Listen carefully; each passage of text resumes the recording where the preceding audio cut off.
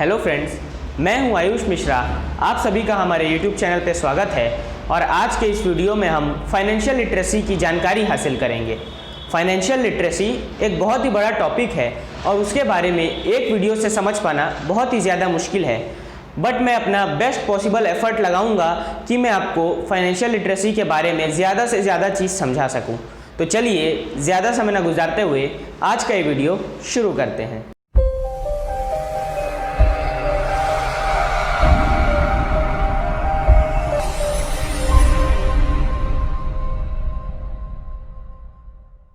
Financial literacy दो word से मिलकर के बना है, फाइनेंस और लिटरेसी। फाइनेंस का मतलब होता है the activity of managing money, यानी कि पैसों को मैनेज करना। लिटरेसी का मतलब होता है the ability to read and write, यानी कि पढ़ने और लिखने की क्षमता। फाइनेंशियल लिटरेसी एक ऐसी एबिलिटी है जिसके अंडर आप अपने फाइनेंशियल स्किल्स और नॉलेज को यूज़ करके अपने फाइनेंशियल रिसोर्सेज को मैनेज कर सकते हैं और साथ ही साथ अपने फाइनेंशियल पोजीशन को इम्प्रूव कर सकते हैं। फाइनेंशियल लिटरेसी के फीचर्स, इम्पोर्टेंस और फाइनेंशियल लिटरेसी आप सभी को क्या सिखाती है, आइए इस पॉइंट्स को डिस्कस कर लेते हैं। फर्स्ट फीचर, फाइनेंशियल लिटरेसी आपको सिखाती है अपने इनकम्स को जानना, यानी कि आपको हमेशा ये पता होना चाहिए कि आपके पास कितने इनकम सोर्सेस हैं और आप टोटल कितना अर्न कर रहे हैं। सेकेंड फीचर, फाइनेंशियल लिटरेसी आप सभी को बजट बनाना सिखाती है। बजट एक लिमिट होती है जो आप अपने इनकम के हिसाब से सेट करते हैं कि आप उससे ऊपर खर्चे नहीं करेंगे। फॉर एग्जांपल, आपकी इनकम है 50,000 पर मंथ की और आपने अपने से बजट सेट किया है 25,000 पर मंथ का। इसका मतलब ये है कि आप 25,000 पर मंथ से ज़्यादा खर्च नहीं करना चाहते हैं। थर्ड पॉइंट की तरफ बढ़ते हैं। थर्ड पॉइंट होता है नोइंग योर बिल्स। इस पॉइंट का मतलब ये होता है कि फाइनेंशियल लिटरेसी आपको ये समझाती है कि आपको हमेशा पता होना चाहिए कि आप जो पैसे खर्च कर रहे हैं वो कहाँ जाते हैं, वो किस चीज़ में खर्च होते हैं। क्या वो नीड्स में यानी ज़रूरतों में खर्च होते हैं, या फिर वो वांट्स में खर्च होते हैं, या फिर डिज़ायर में। आपको हमेशा पता होना चाहिए आप किन चीज़ों में अपने पैसे खर्च कर रहे हैं। फोर्थ पॉइंट, फाइनेंशियल लिटरेसी आपको हमेशा एक इमरजेंसी फंड बनाने के लिए एनकरेज करती है, जो कि आपके किसी भी फाइनेंशियल या फिर मेडिकल इमरजेंसी में काम आ सकता है। फिफ्थ पॉइंट, फाइनेंशियल लिटरेसी आप सभी को सिखाती है कि कैसे आप डेब्ट को सही तरीके से यूज़ कर सकते हैं और आप उससे बेनिफिट ले सकते हैं। अब हम सभी फाइनेंशियल लिटरेसी के एडवांटेजेस को डिस्कस कर लेते हैं, या फिर ये कह सकते हैं कि फाइनेंशियल लिटरेसी आप सभी को क्या चीज़ सिखाती है। फर्स्ट पॉइंट, फाइनेंशियल लिटरेसी आपको अपने मनी यानी अपने पैसों को मैनेज करने में हेल्प करती है। सेकेंड पॉइंट, फाइनेंशियल लिटरेसी आप सभी को वो ज़रूरी स्किल्स और नॉलेज प्रोवाइड करती है जिसके यूज़ के साथ आप अपने पैसों को और अपने फाइनेंशियल रिसोर्सेज को बेस्ट पॉसिबल वे में यूज़ कर सकते हैं। यानी जो स्किल्स और नॉलेज रिक्वायर्ड हैं मनी को मैनेज करने के लिए, वो आपको फाइनेंशियल लिटरेसी के थ्रू मिलते हैं।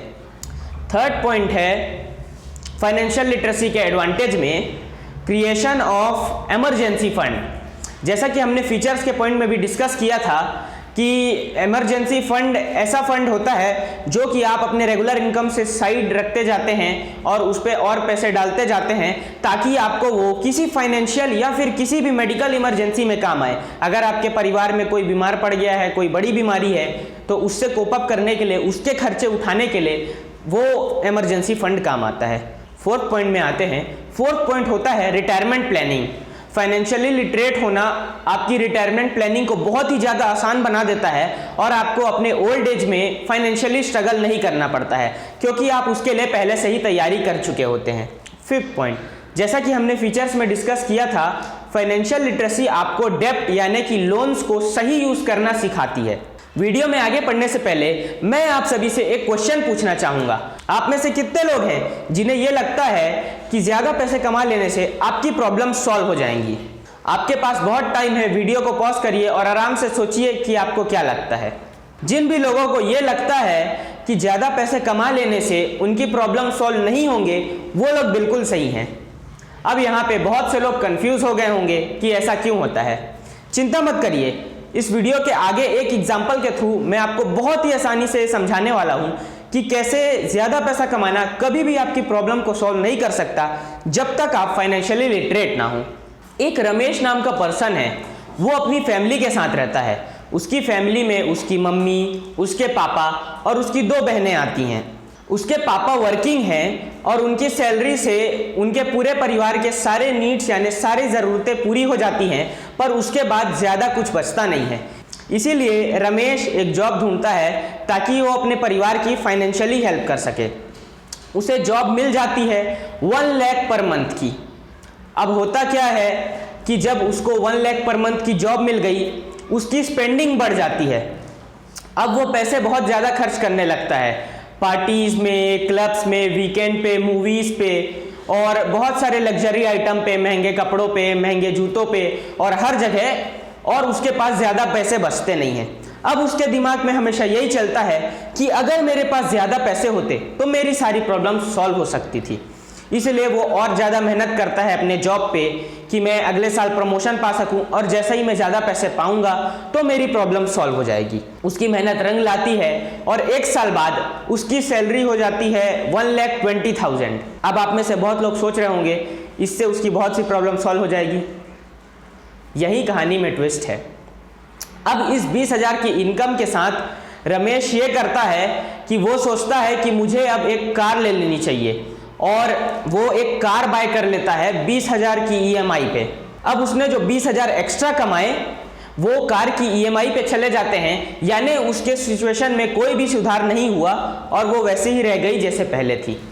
अब फिर उसको कार का EMI भी सेट करना है, तब उस पर बर्डन और बढ़ जाता है। अब फिर वो और मेहनत करने लग जाता है, फिर से यही सोच के कि वो ज़्यादा कमाएगा तो उसकी प्रॉब्लम सॉल्व हो जाएगी।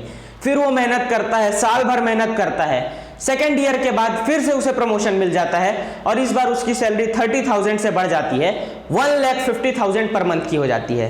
पर फिर से कहानी में ट्विस्ट आता है। इस बार वो एक घर खरीद लेता है 30,000 पर मंथ के EMI पे। अब उसके पास 1.5 लाख के सैलरी में 1 लाख के उसके खर्चे हो गए और 20,000 की EMI हो गई कार की और 30,000 की EMI हो गई घर की। अब आप में से बहुत से लोग ये सोच रहे होंगे कि उसके सिचुएशन में इंप्रूवमेंट तो आई है, क्योंकि पहले उसके पास ना कार थी खुद की ना घर थी, अब दोनों हैं। तो दोस्तों, मैं आप सभी को ये बता देना चाहूँगा कि यहाँ पे आप लोग गलत सोच रहे हैं। असली में उसके सिचुएशन पे कोई भी सुधार नहीं आया है। वो जैसा था वो वैसा ही रह गया, उल्टा उसकी सिचुएशन और ज़्यादा बिगड़ चुकी है। आप में से बहुत लोग ये सोच के कंफ्यूज हो रहे होंगे कि उसकी सिचुएशन बिगड़ कैसे गई है।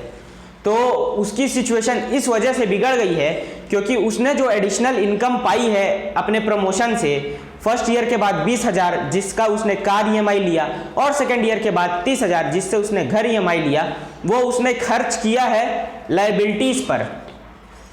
अब लायबिलिटीज़ क्या होते हैं और एसेट्स क्या होते हैं, इसके बारे में मैं किसी और वीडियो में आपको डिटेल में एक्सप्लेन कर दूंगा। अभी के लिए सरल भाषा में ये समझ लीजिए कि लायबिलिटीज़ वो चीज़ें होती हैं जो कि आपके जेब से पैसे बाहर निकालती हैं, और एसेट्स वो चीज़ें होती हैं जो कि आपके जेब में पैसे डालती हैं। तो इस केस में घर और कार राकेश के लिए लायबिलिटी हैं जो कि उसके जेब से पैसे बाहर निकालती हैं। अब जैसे कि मैंने बताया था कि नई कार और नई घर लेने के बाद भी रमेश की सिचुएशन पहले से ज़्यादा खराब हो गई। अगर आपको अभी भी नहीं समझ में आया है तो मैं आपको अच्छे से समझाता हूँ। मान लीजिए रमेश की जॉब चले जाती है। जब रमेश जॉब नहीं कर रहा था तब आप मुझे बता दीजिए कि उनके फैमिली के क्या खर्चे थे। मैंने आपको वीडियो के स्टार्टिंग में ही बता दिया था कि रमेश के फादर एक वर्किंग पर्सन है और उनकी सैलरी से सारे फैमिली के खर्चे चल जा रहे हैं। अब रमेश 1 साल काम करने के बाद जब जॉब छोड़ता है तो सिचुएशन वही नहीं रह गई जो 1 साल पहले तक थी। 1 साल पहले तक उसके कोई भी ज़्यादा खर्चे नहीं थे, अब उसके बहुत सारे खर्चे बढ़ गए हैं क्योंकि उसने पैसा कमा लिया। एक समय के लिए हम ये मान भी लेते हैं कि वो अपने खर्चों को कम कर लेता है, क्योंकि जब पैसे नहीं हैं तो ज़्यादा खर्च कैसे करे। लेकिन क्या वो 20,000 की EMI को कम कर सकता है? क्या वो कार की EMI कम कर सकता है? नहीं। अब उसकी सैलरी रहे ना रहे, वो 20,000 की EMI यानी वो 20,000 का डेप्ट, वो 20,000 का कर्ज उसके परिवार के ऊपर लग गया है। इससे उसके फैमिली की फाइनेंशियल सिचुएशन और भी ज़्यादा बिगड़ जाएगी। अब हम सेकंड केस ले लेते हैं जिसमें उसकी जॉब सेकंड ईयर के बाद छूट जाती है, यानी कि अब उसके पास 50,000 का डेप्ट या 50,000 का EMI है, 20,000 कार का और 30,000 घर का। अब उसके ऊपर 50,000 का EMI है और उसके पास कोई जॉब नहीं है, तो मुझे आप ये बताइए कि उसकी सिचुएशन पहले ज़्यादा अच्छी थी कि अब? आप सभी को अब समझ में आ गया होगा कि क्यों ज़्यादा पैसे कमाने के बावजूद भी रमेश की सिचुएशन नहीं सुधरी। इसका एक बहुत बड़ा कारण यह था कि वो फाइनेंशियली लिटरेट नहीं था। उसे ये पता नहीं था कि क्या एसेट होता है और क्या लायबिलिटी होता है और उसे अपने पैसों को कहाँ लगाना चाहिए। इसी वजह से रमेश एक्स्ट्रा सैलरी पाने के बाद भी, प्रमोशन के बाद भी अपने फाइनेंशियल सिचुएशन में कोई भी इंप्रूवमेंट नहीं कर पाया। मैं आप सभी को 4 बहुत अच्छे ट्रिक्स बताने वाला हूं जिसके जरिए आप सभी अपने फाइनेंशियल स्टेटस को इंप्रूव कर सकते हैं।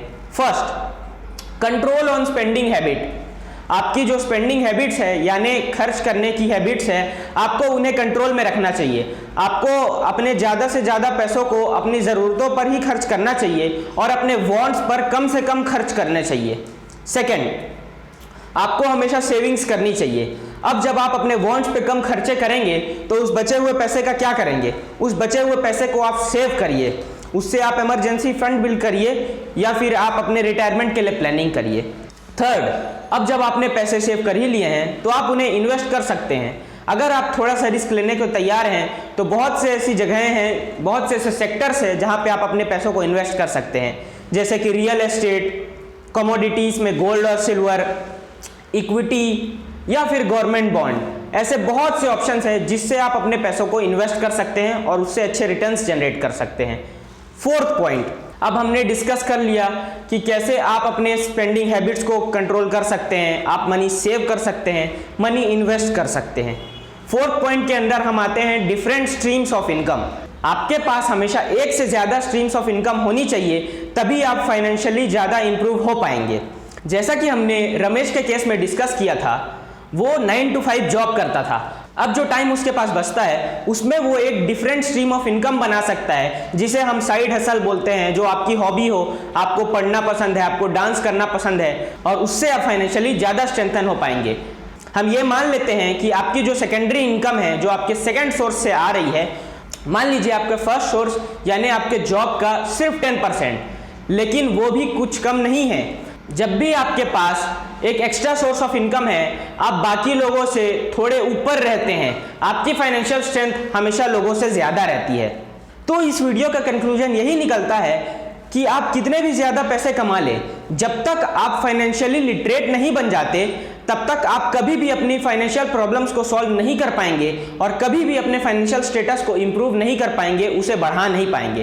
तो आपको हमेशा लर्निंग करनी चाहिए। तो दोस्तों, इसी आशा के साथ कि आपको हमारा ये वीडियो पसंद आया होगा, मैं ये वीडियो यहीं ख़त्म करता हूँ और मैं ऐसे ढेर सारे नॉलेजफुल और इन्फॉर्मेशनल वीडियोस लेकर आपके पास आते रहूँगा। और उनसे लर्न करने के लिए आपको सिर्फ हमारे चैनल को सब्सक्राइब करके हमारे साथ जुड़े रहना है, क्योंकि जब लर्न करेंगे तभी तो अर्न करेंगे और जब रीड करेंगे तभी तो लीड करेंगे। धन्यवाद।